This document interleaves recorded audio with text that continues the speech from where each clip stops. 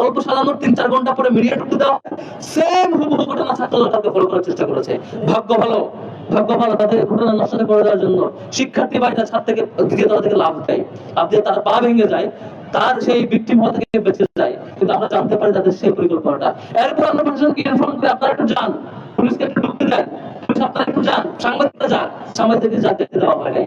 পুরো নাটক মঞ্চস্থ করার পরে সব রুমে যে কম্পিউটার ল্যাপটপ টাকা সব লুটপাট করার পরে এরপর প্রশাসন ভিতরে ঢুকলো।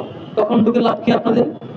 এরপরে পরিকল্পনা করলো এবার তারা তাদের ব্যবহৃত অস্ত্র শিক্ষার্থীদের রুমে রাখবে, শিক্ষার্থীদের পেটে রাখবে, শিক্ষার্থীদের লাগেজে রাখবে, রেখে তারা দেখাবে সাংবাদিকদেরকে এই হচ্ছে অমুক অমুক রুমে অস্ত্র ছিল। তাহলে এতক্ষণ ঢুকতে দেন নাই কেন? কেন 3-4 ঘন্টা বন্ধ ছিল? কেন তাদের উপর আক্রমণ করার পর টানা সাংবাদিক এবং পুলিশের চারপাশে ঘেরাও ছিল, দাঁড়িয়ে ছিল, ঢুকতে দেন নাই? এইবার ছাত্রলীগের কায়দা ফলো করছেন, আবার ছাত্রলীগের সাথে আওয়ামী কায়দার রাজনীতি ফলো করছেন। একটু সতর্ক হয়ে যান ভাই। আপনাদের সামনে 15 বছর আন্দোলন করতে, আপনাদের সবকিছু আমরা জানি, আপনারা কেমন ছিলেন, আমরা জানি আপনারা কেমন সন্ত্রাসী আচরণ করেন এবং এমন সন্ত্রাসী প্রতিহত করতে হয় সেটা জানি।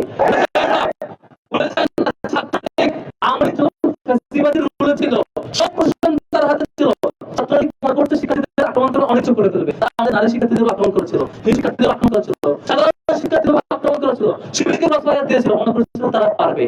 ঢাকা বিশ্ববিদ্যালয় ছাত্রলীগের হল ছাড়া হওয়া, প্রত্যেকটা ক্যাম্পাসে এক সপ্তাহের মধ্যে হল ছাড়া এবং ক্যাম্পাস চলছিল। এই পরিধি আপনারা ভুলে যায় না ছাত্রদলের ভাইরা, আপনারা আবার যদি জালে হইতে চান, ছাত্রলীগ ঠিক যে কায়দায় শিক্ষার্থীদের বুকের মুখে ক্যাম্পাস ছাড়া হয়েছে, আপনাদের কাছে করতে হতে পারে।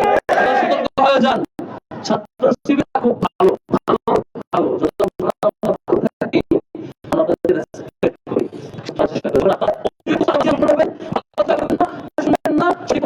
শিক্ষার্থীদের জন্য কাজ করবেন না, লুণ্ঠনের কাজ করতে থাকবেন, কোন ধর্ষণ চলতে থাকবে।